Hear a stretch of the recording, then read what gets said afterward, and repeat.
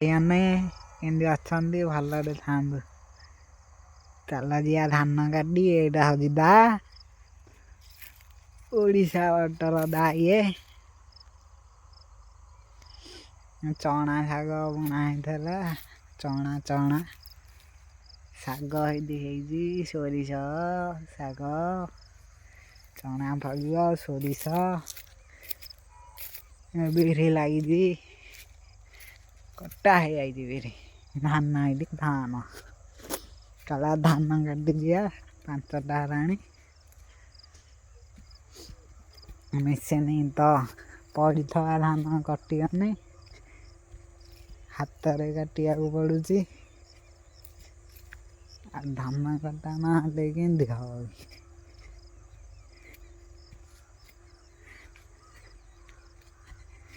ବାପା ଧାନ କାଟୁଛନ୍ତି।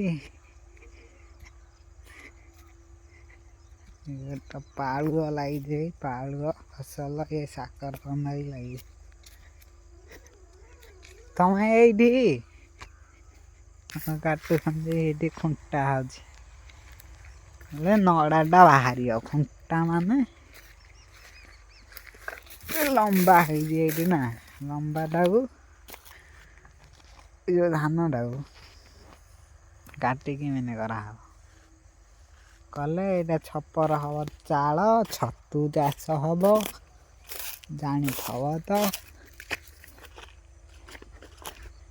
ଏଇଟା ଧାନ କଟା ହେଇକିନା ହେଇଯାଇଛି ଆମର କାଙ୍ଗୁଲ ବି ଲାଗିଛି ଏଠି ଦେଖ କାଙ୍ଗୁଲ ନା କାନ୍ତୁଲ ମୂଲିଆ ମାନେ ମାଧୁଛନ୍ତି ଲୋକ ହେଇଠି ଧାନ କଳେଇ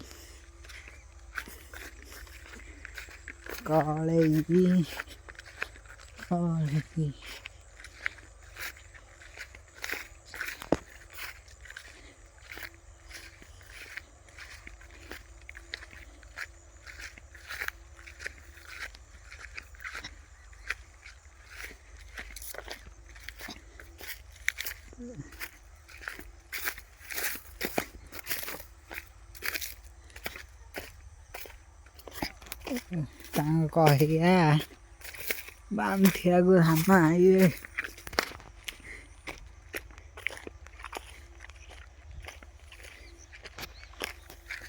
ଧାନ ଏଇଟା କାଟା ହବ ଏଇଟା ଧାନ ବନ୍ଧା ହଉଛି ଭଲ ଲାଗି ବାନ୍ଧ ଭଲ ଲାଗି ଖସିଯିବ ଧାଇ ନ ଭାଇ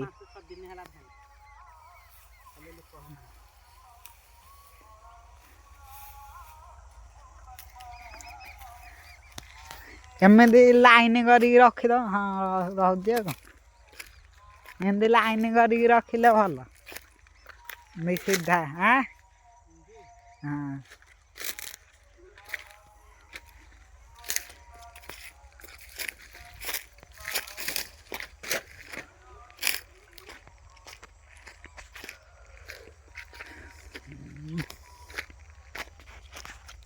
ଧାନ କଟା ଧାନ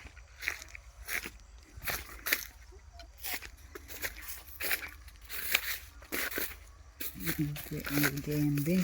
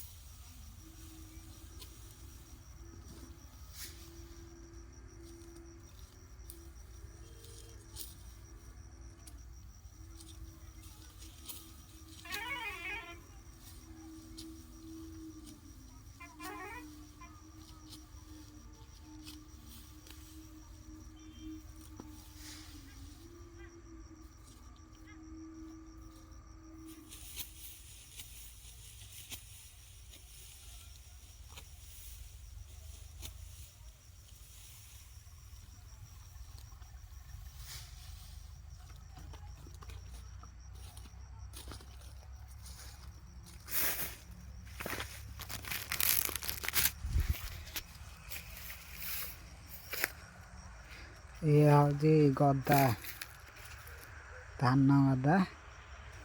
ହାତରେ କଟା ହେଲା ନା ଏମିତି ଗଦା ହବ। ଗଦେଇଲେ କଳେଇ ବାନ୍ଧା ହବ। ପଡ଼ିଯାଇଛି ଯେହେତୁ ଧାନ ମେସିନରେ କଟିବନି, ସେଇ ଯୋଗୁରୁ ହାତରେ କଟା ହବ। ଏଇ ଦାଆରେ ସନ୍ଧ୍ୟା ହେଲାଣି।